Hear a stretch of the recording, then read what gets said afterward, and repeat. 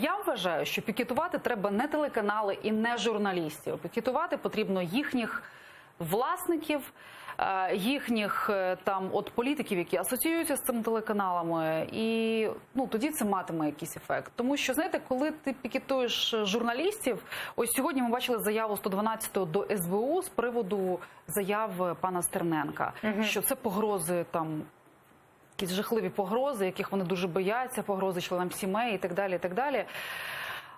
От такі демократичні протести одразу такі дуже вразливі, знаєте, вони виглядають для якогось там європейця зі Страсбурга як щось нецивілізоване.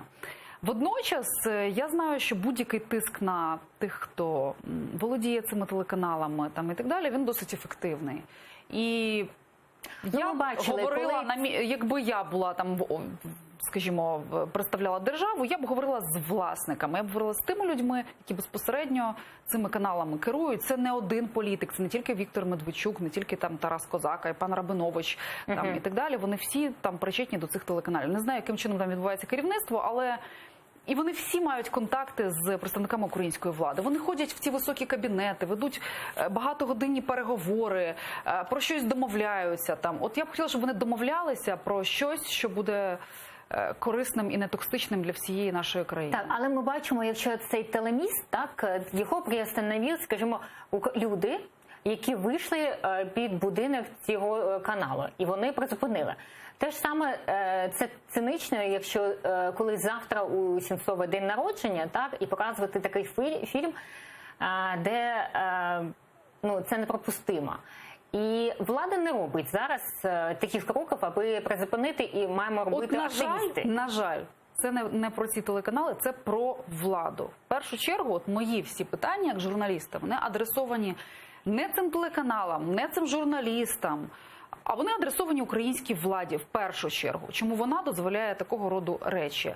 От для чого це робиться? Для чого все це відбувається в день народження Сенцова? Я думаю, це неспроста. Я думаю, це свідомо.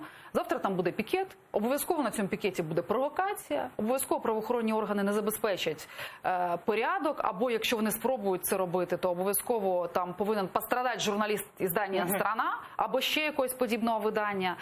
І от ті люди, які протестують, які нібито за щось хороше борються, вони будуть виглядати, знаєте, такими от нецивілізованими якимись радикалами, які незрозуміло за що борються. І страждає вся ця ідея, знаєте, от захисту нашої країни. Всі ми виглядаємо такими, от ми з вами тут сидимо, і ніби як ми за там радикалізм, за те, щоб палити канали, за те, щоб там когось там журналістів карати чи засуджувати. Ні. Українська держава повинна подбати про те, щоб тут був мир, спокій, про те, щоб ніхто не діяв проти цієї держави всередині нашої країни.